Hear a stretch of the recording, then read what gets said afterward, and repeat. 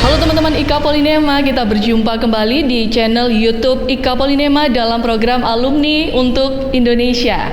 Dan saat ini saya sudah berada bersama Mas Miftah Arifin, biasa disapa Mas Miftah itu ya, merupakan owner dari PT Indra Prasta Mulia Teknik. Mas Miftah ini alumni Teknik Mesin Polinema angkatan 87. Mas Miftah udah kuliah? Saya baru lahir. Jadi ketahuan kan?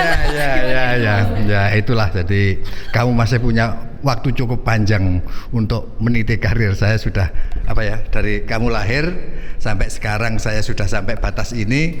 Ya sudah, selamat berjuang untuk hidupmu. Dan tentunya saya nanti mau belajar dari Mas Miftah ini juga ya, seperti apa kiat suksesnya. Dan teman-teman sebelum lanjut, jangan lupa untuk like, share, dan juga subscribe channel YouTube IKA Polinema.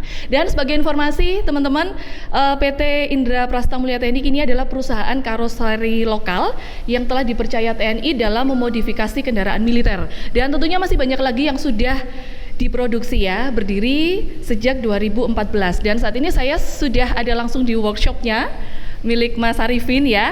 Dan kita akan belajar banyak nanti seperti apa sih kiat sukses dari Mas Arifin ini tetap bertahan di bidang otomotif begitu ya Mas Arifin ya. Nah Mas Arifin, saya mau tanya dulu sebelum ke kiat sukses ini ya. Ini ide sendiri dari Mas Arifin, kenapa sih pilihnya otomotif aja gitu? Idenya dari mana Mas? Ya karena kuliahnya jadi dari jurusan mesin, tentu saja kerjanya related dengan itulah kira-kira begitu. Dan kebetulan saya punya banyak kesempatan untuk melihat di beberapa pameran, di beberapa industri, di beberapa negara. Jadi tertariklah untuk, saya kira kita mestinya bisa seperti orang lain. Terutama yang saya lihat adalah Korea gitu. Oke, relate gitu ya dengan jurusan kuliahnya Mas Arifin gitu ya. Oke. Nah, untuk sejarah sendiri Mas Arifin dari PT Indra Prasta ini, sejarahnya awalnya tadi 2014 betul ya Mas? Ya, sebenarnya 2014 itu officialnya. Jadi saya dipecat dari perusahaan di mana tempat saya kerja itu tahun 2007. Entah dipecat, entah memecatkan diri itu ya. Sepertinya yang kedua ya Mas ya. Karena ingin lebih bikin bisnis yang lain gitu ya. Jadi waktu itu saya sudah kerja 17 tahun. Jadi tentu kerja 17 tahun itu sudah tahulah seluk-beluknya bisnis yang kita jalanin saat itu gitu. Dengan referensi yang tadi saya bilang, ada beberapa produk-produk yang sangat menarik yang saya lihat wah ini kalau diproduksi di Indonesia saya kira banyak diperlukan lah untuk instansi-instansi di negara kita gitu. Jadi berdasarkan itulah kemudian kolaborasi dengan teman-teman sesuai dengan bidangnya, ya akhirnya berdiri seperti kayak yang sekarang ini. Oke, berarti menemukan peluang gitu ya, sebuah peluang dari bisnis itu sendiri. Nah, melihat ini adalah sebuah peluang besar ini, selain dari Korea tadi, apalagi Mas? Atau mungkin pemasarannya atau seperti apa? Ya, akhirnya kan harus dipasarkan ya. Jadi kita bisa membuat apapun, sebaik apapun, kalau tidak bisa dipasarkan ya ujung-ujungnya ya mati juga, kan gitu ya. Jadi karena saya sendiri orang teknik, tahulah orang teknik itu kan kaku, rigid gitu, nggak sabaran kalau berkait dengan yang sifatnya itu bukan mekanik. Jadi saya carilah teman-teman yang punya talent untuk bagaimana bisa menyambung apa yang saya buat ini kemudian menyambung sampai ke pasar. Jadi kayak gitu. Jadi sampai saat ini ada beberapa teman di front line kami yang mereka punya perusahaan-perusahaan sendiri, kemudian kolaborasi sama kami. Ya dari itulah kita berbagi ya seperti sekarang. Jadi kalau orang bilang di sini, biasanya teman-teman alumni sering kesini lihat, wah enak ya kerjaannya ada terus gitu. Ya saya bilang karena temennya banyak ya jadi ada terus jadi. Wah, luar biasa ya. Tentunya sebuah peluang yang Mas Arifin lihat dan sukses begitu ya sampai kini, sampai saat ini gitu ya Mas Arifin ya. Ya apa ya, saya banyak melihat perusahaan-perusahaan lain juga kalau disebut sebagai sukses itu jadi relatif karena saya tahu yang lebih besar, tapi ya secara umum orang menganggapnya begitulah. Jadi ya terserah teman-teman melihatnya sebagai sukses atau sebagai apa, monggo saja. Karena memang sukses itu relatif gitu ya, Mas. Ya, oke. Ini daerahnya ada di Sentul. Tepatnya di mana? Mungkin nih dari teman-teman Ika Polinema ada yang belum tahu dan mau main ke sini gitu, Mas Arifin. Ya di Sentul. Jadi desa Sentul itu desa yang sangat besar. Menurut saya terbesar di Indonesia menurut saya. Bahkan orang tidak tahu Sentul itu kecamatan Sentul itu kecamatannya Babakan Madang. Orang kalau disebut Babakan Madang nggak tahu, tapi kalau disebut Sentul langsung tahu. Dan ini sangat mudah tempatnya. Jadi ke tempat kami berseberangan di exit tol Sentul berseberangan dengan sirkuit. Jadi teman-teman yang mungkin nanti akan nonton sirkuit di sirkuit Sentul itu sangat dekat. Monggo silahkan kalau pingin main-main ke sini. Iya, sambil sirkuit sambil jalan-jalan ke workshopnya Mas Arifin ini ya. Oke, Mas, untuk namanya sendiri ini adalah Indra Prasta Mulia Teknik. Nah, filosofinya dong Mas, apa arti filosofi dari nama PT ini? Sebenarnya nggak filosofis banget ya gitu, tapi kepinginnya itu nama yang punya retak lain gitu.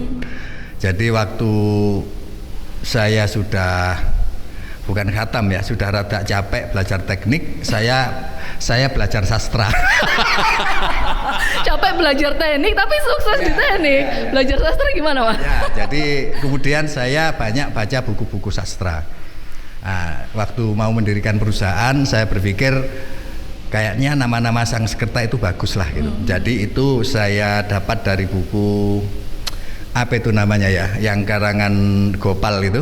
Di sana ada kerajaan-kerajaan kayak Astina kayak apa itu. Nah di dalamnya itu ada Indra Prasta.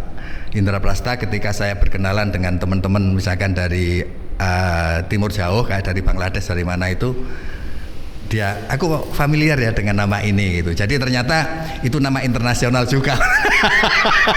Nggak ada filosofinya yang spesifik itu nggak ada. Kalau selanjutnya Indra Prasta Mulia Teknik, ya harapannya saya dengan bekerja kita bisa mulia. Ya teknik tentu saja yang dikerjakan ini kan teknik jadi gitu. Cuman itu aja sebenarnya. Ya. Cuman itu aja ya. Tapi dari nama ini sudah bisa sukses sampai sekarang gitu. Keren, luar biasa Mas. Mas, untuk ini sendiri, ini kan memproduksi alat-alat berat gitu ya Mas Arifin ya. Pasti divisinya banyak. Nah, boleh diceritakan dong Mas, divisinya ini divisi apa saja dan jumlah karyawannya berapa di sini Mas? Sebenarnya bukan berat banget, jadi semi berat. Kalau alat-alat berat itu biasanya untuk mining ya. Kalau divisi di sini kalau saya sebutkan itu bisa untuk mobil-mobil komunikasi, di antaranya mobil-mobil untuk di TV itu biasanya. Jadi itu. Terus ada mobil-mobil untuk keperluan militer, ada mobil-mobil untuk fire. Jadi banyak saya buat untuk Pertamina, untuk PTBA ada di bawah itu. Terus kemudian rescue, ada mobil rescue juga, ada ambulans tentu saja. Mungkin nanti bisa dilihat ada mobil dapur. Nah, siapa yang ingin punya hobi masak, ya silahkan. Ada juga mobil untuk food truck yang lagi ngetren sekarang, kayak itu. Yang kami lagi rintis sekarang adalah mobil untuk simple camper van. Ini saya harap dalam 3 bulan itu nanti ada kit camper van. Yang punya mobil apa saja bisa dimasukkan, bisa dibuka menjadi tenda, menjadi alat masak, menjadi untuk ya kayak orang-orang yang kalau kita lihat di negara-negara yang sudah itulah ekonominya sudah cukup baik lah gitu. Asik, bisa berlibur langsung nginep di mobilnya gitu ya Mas. Oke, Mas, kemarin juga saya dengar Mas Miftah juga memproduksi mobil untuk Polinema. Nah, ini mobil apa itu Mas? Ya, itu dari waktu ketemu sama Pak Direktur, waktu itu ada ide untuk mendisplay produk-produk UKM, produk-produk hasil dari apa itu namanya? Kalau di Polinema kan ada praktek. Nah, praktek. Mungkin itu akan ditunjukkan entah kepada tamu, entah kalau ada event-event di Malang, mungkin Car Free Day atau apa itu. Nah, berdasarkan ide itu kemudian didesainlah seperti yang sekarang sudah ada di Malang itu. Jadi waktu kemarin kami kirim ke sana, raknya itu masih basic rak aja karena waktu itu kami belum tahu apa yang harus dicentelin atau ditaruh di sana dan mesti duduk-duduknya kayak apa gitu. Jadi itu masih bisa dimodifikasi dan itu mobil-mobil yang kategori listrik, jadi termasuk yang go green lah gitu. Jadi gitu. Jadi gitu. Ya. Mobil go green ramah lingkungan gitu ya, Mas. Ya, Mas, ini saya penasaran dengan ini, Mas. Produksi mobil TNI ini kan pasti ada standar produksinya begitu ya, Mas ya. Bagaimana produksi mobil ketahanan ini pasti ada standarnya. Nah, untuk standarnya sendiri dari ini apakah sudah tersertifikasi atau mendapatkan sertifikat begitu, Mas Miftah? Ya, jadi untuk TNI kami sudah mendapat sertifikat Inhan, industri pertahanan. Jadi tentu proses untuk mendapatkan sertifikat macam itu ya banyak hal yang harus dilalui, ada beberapa pengetesan produk segala, jadi kayak gitu. Jadi salah satu yang kami produksi adalah untuk industri-industri pertahanan. Di samping kalau untuk standarisasi misalkan kayak mobil pemadam, mobil rescue itu ngikutin standar internasional kayak NFPA, ada juga untuk pemadam airport ada FAA, jadi macam itulah. Jadi ada guidance yang kita harus ikutin untuk produk macam itu. Yang mengeluarkan adalah Menteri Pertahanan. Gimana, Mas? Ya, Kementerian Pertahanan. Untuk Inhan itu Kementerian Pertahanan. Ya. Nah untuk prosesnya sendiri, Mas Miftah, tentunya dalam memproduksi mobil pertahanan TNI ini apakah setelah selesai ini biasanya kan ter-QC dulu gitu ya, apakah dicoba dulu misalnya mobil tempur, dicoba tempur dulu atau seperti apa sih prosesnya untuk bikin mobil ketahanan ini, Mas? Ya, jadi tentu tentara punya syarat-syarat khusus terkait dengan obstacle di lapangan. Jadi apa yang akan dihadapi di lapangan itu harus dites pada saat unit dinyatakan selesai. Jadi kayak gitu, itu untuk mobil di lapangan ya. Tapi juga misalkan kayak ada mobil, nanti bisa dilihat mobil dapur, nanti ada videonya juga, dapur untuk tentara. Itu bisa masak untuk 1.000 orang dalam waktu 3 jam.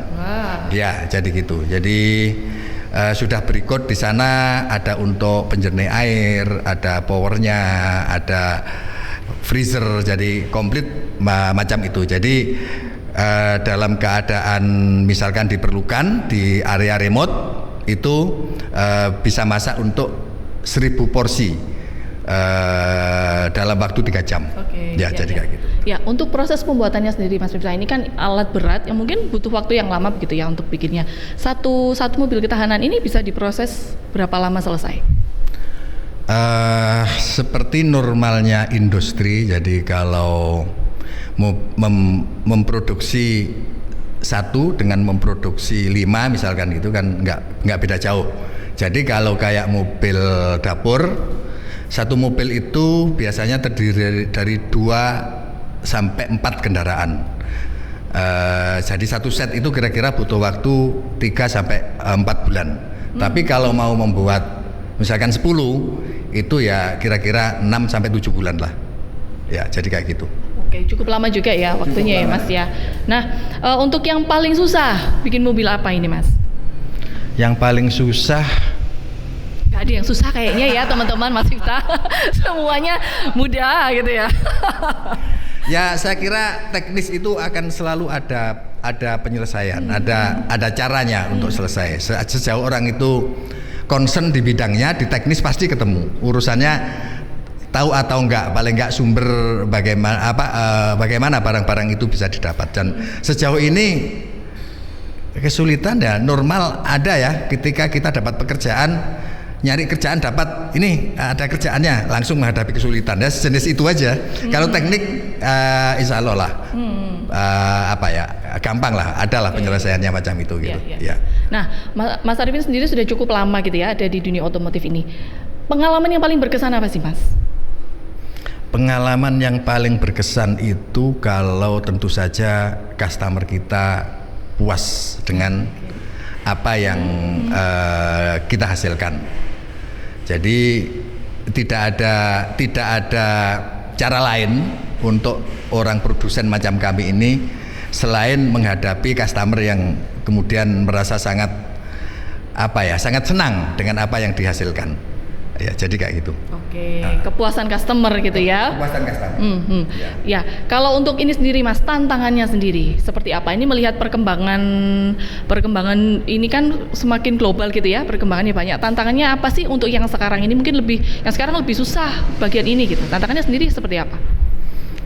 Kalau tantangan kelihatannya memang karena semua tidak bisa dikerjakan sendiri.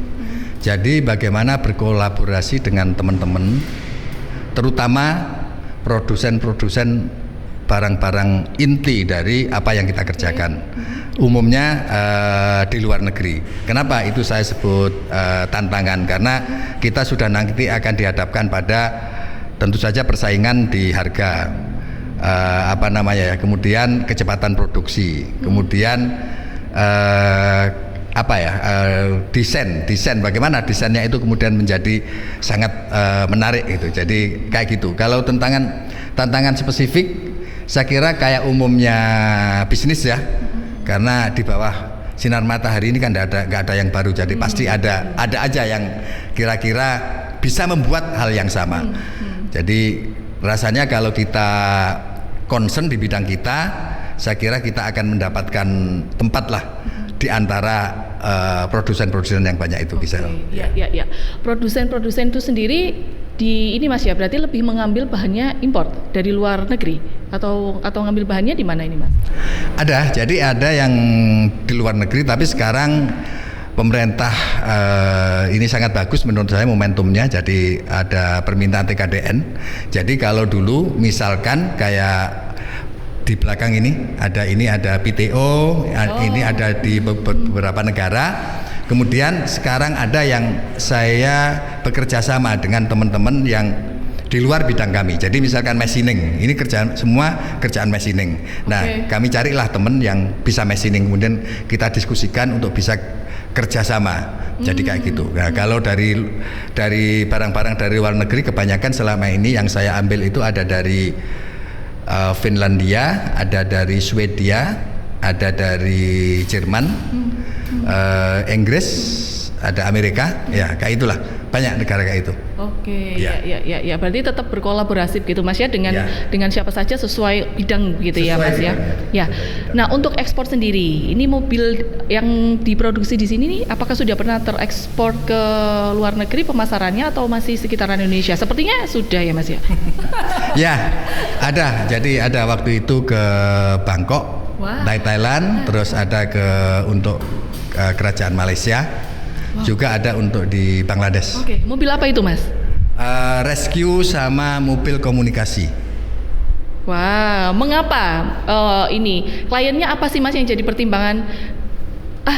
Pesan aja dari Indonesia, dari Mas Arifin gitu. Orang kalau melihat barang yang sama, artinya ada dua barang kualitasnya sama, tentu akhirnya larinya ke biaya. Ya, biaya. Dan kita ini memang mestinya dengan dengan kondisi kita saat ini mestinya bisa bersaing dengan orang lain.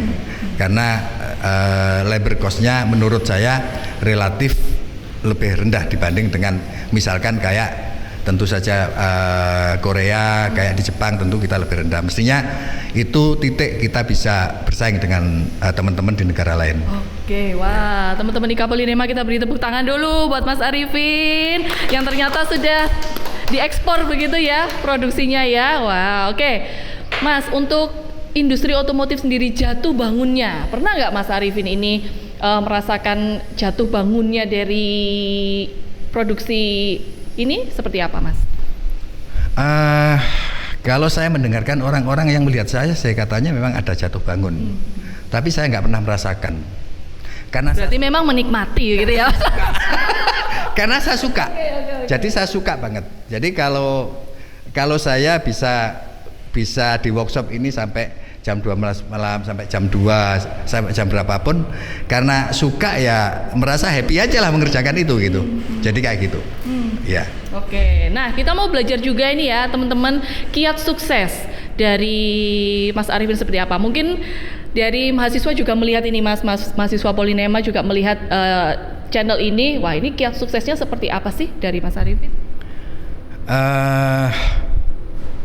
Kalau kita mencintai apa yang kita kerjakan, kita cenderung tough, cenderung tahan menghadapi kesulitan apapun, termasuk akhirnya kesulitan finansial. Karena kalau bisnis itu darahnya kan uang ya, jadi bukan semuanya uang, tapi kalau nggak ada uang memang sulit banget. Tapi kalau sudah uangnya nggak ada, terus kemudian mentalitasnya juga nggak ada, selesailah gitu. Jadi cintailah apa yang menjadi pekerjaan Anda, terutama menurut saya ya teman-teman alumni maupun adik-adik yang masih kuliah, kalau sudah milih satu jurusan, mestinya ya jurusan itulah kemudian yang akan membawa Anda itu sampai ke, kalau mestinya ya taraf titik ketika orang disebut sebagai sukses. Oke. Ya. Ya. Berarti mencintai pekerjaannya begitu ya, dan kemudian berproses, berfokus gitu Mas ya. Nah, pentingnya fokus terhadap apa yang dikerjakan. Nah, ini seperti apa Mas? Karena kita tahu dalam dunia bisnis ini kadang nggak mau ini, nanti udah takut duluan begitu ketika mau memulai dunia bisnis. Nah, pentingnya berfokus harus seperti apa Mas Arif? Dulu di mobil saya itu isinya katalog, karena saya fokus pada produk, sehingga ketika ditanya sama orang, aku mau buat ini, saya tinggal buka aja katalog. Ditanya apapun saya akan coba usahakan di bidang saya tentu ya gitu. Waktu itu saya concern di fire, tapi sekarang itu sangat mudah, hanya dengan jari Anda nyari apapun dapat. Nah, kalau Anda fokus dalam satu hal, saya kira tidak ada yang tidak bisa ditemukan di dunia saat ini gitu. Itu urusannya adalah bagaimana kita kemudian menjadi bersaing, menjadi punya daya tahan terhadap situasi yang kita hadapi ini. Saya pikir sama saja ya, nanti kita akan bermain dimanapun pasti ketemu persaingan. Jadi gitu. Jadi saya kira kalau kita fokus, kita akan unggul di dalam satu produk-produk tertentu ya. Saya kira itulah yang kemudian akan membawa kita ke itu tadi, titik ketika kita disebut sebagai sukses. Oke, usaha yang gagal adalah usaha yang tidak pernah dikerjakan gitu ya Mas ya. Tidak pernah dikerjakan. Nah, memulai untuk mengerjakan itu adalah sebuah butuh effort gitu Mas. Nah, menurut Mas Arifin seperti apa sih untuk memulai gitu? Karena agar adik-adik ini bisa, ayo mulai dulu, ayo mengerjakan dulu. Pikir itu nanti aja gitu ya, untuk yang lain. Itu seperti apa Mas Arif? Kalau mulai ya mulai saja. Kalau Anda mencintai sesuatu ya mudah memulai. Ketika Anda sudah pikirannya tidak fokus, saya kira pilihannya jadi kayak banyak. Itu bagus, ini bagus, ini bagus, ini bagus. Akhirnya tidak satu pun kita akan kerjakan dengan serius. Jadi kalau kita fokus dalam satu hal, misalkan di elektronika, di elektro, di mechanical kayak saya ini, mungkin di akuntansi, saya kira sama saja sebenarnya. Gitu. Jadi kita kalau bisa fokus dalam satu hal, kita akan ketemu juga orang-orang yang fokus. Kita akan ketemu juga jalan-jalan yang orang lain justru tidak tahu. Itu biasanya dari detail, karena di detail itulah banyak orang yang tidak tahan. Oke, ya, ayo. Jadi teman-teman IKA Polinema gitu ya, mulailah berproses dan mulailah untuk fokus begitu ya Mas Arifin ya, terhadap sesuatu yang disenangi begitu ya Mas Arifin ya. Nah, oke. Nah, Mas, untuk kolaborasi sendiri dengan hadirnya usaha otomotif ini, Mas Arifin seperti apa sih untuk bisa berkolaborasi khususnya dengan alumni Polinema? banyak hal yang bisa dikolaborasikan, tapi itu menuntut konsistensi. Karena di bisnis ini ketika kita deal satu hal sudah berhadapan dengan kualitas, berhadapan dengan waktu, gitu. Jadi kalau kita ngajak orang, kita sudah dapat satu pekerjaan, kita ngajak kolaborasi, ternyata pihak yang kita ajak kemudian tidak concern, ya babak belur lah ujungnya, pasti kayak begitu. Itu, dan itu khas di tempat kita ini, jadi orang itu rada abai terhadap waktu. Jadi kayaknya waktunya panjang apa. Nah ini biasanya yang merusak kolaborasi.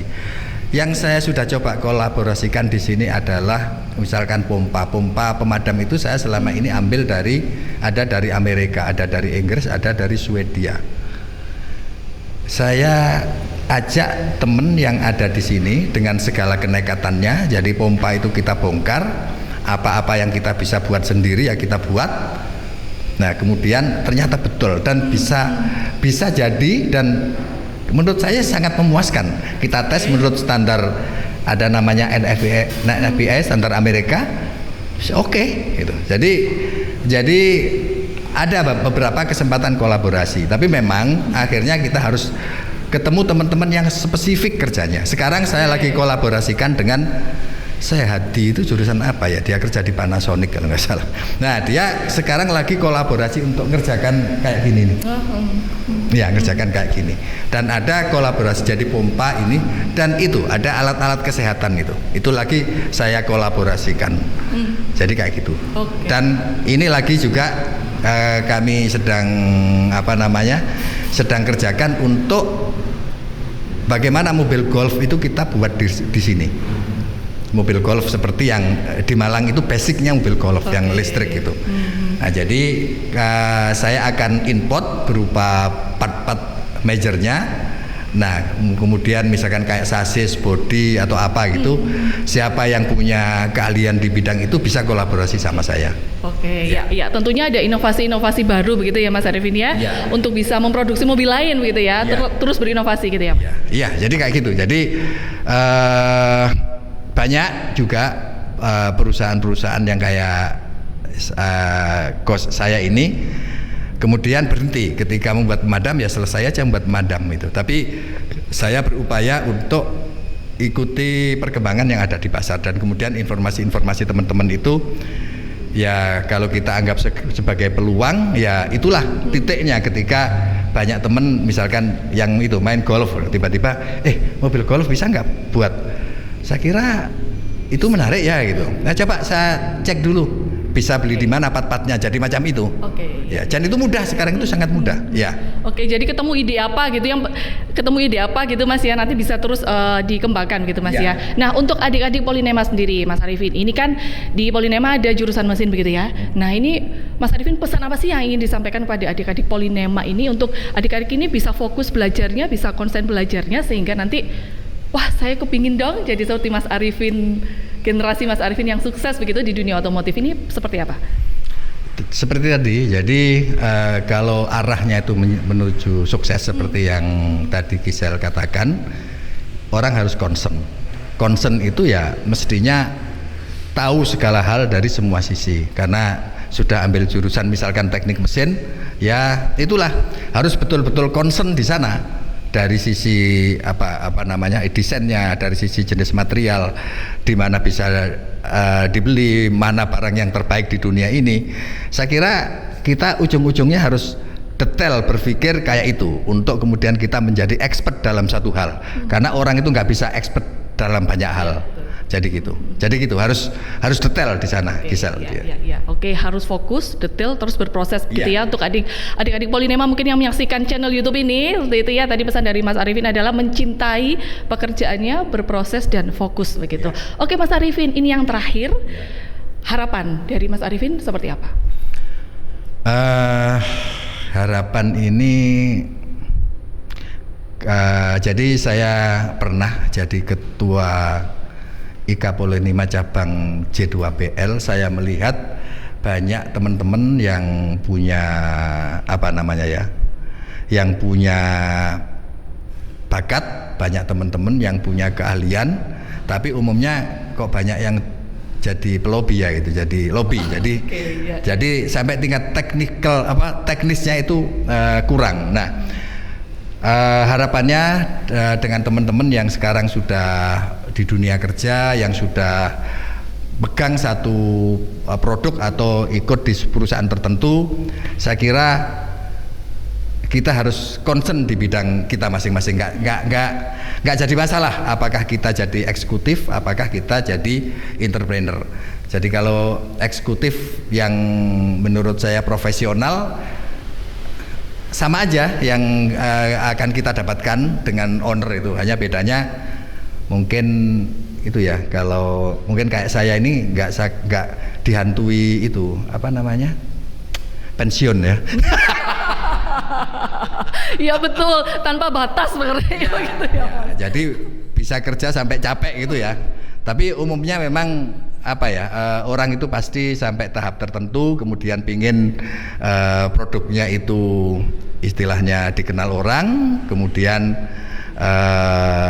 dengan sendirinya di kemudian harinya itu bisa menjadikan dirinya itu apa ya, sejahtera lah.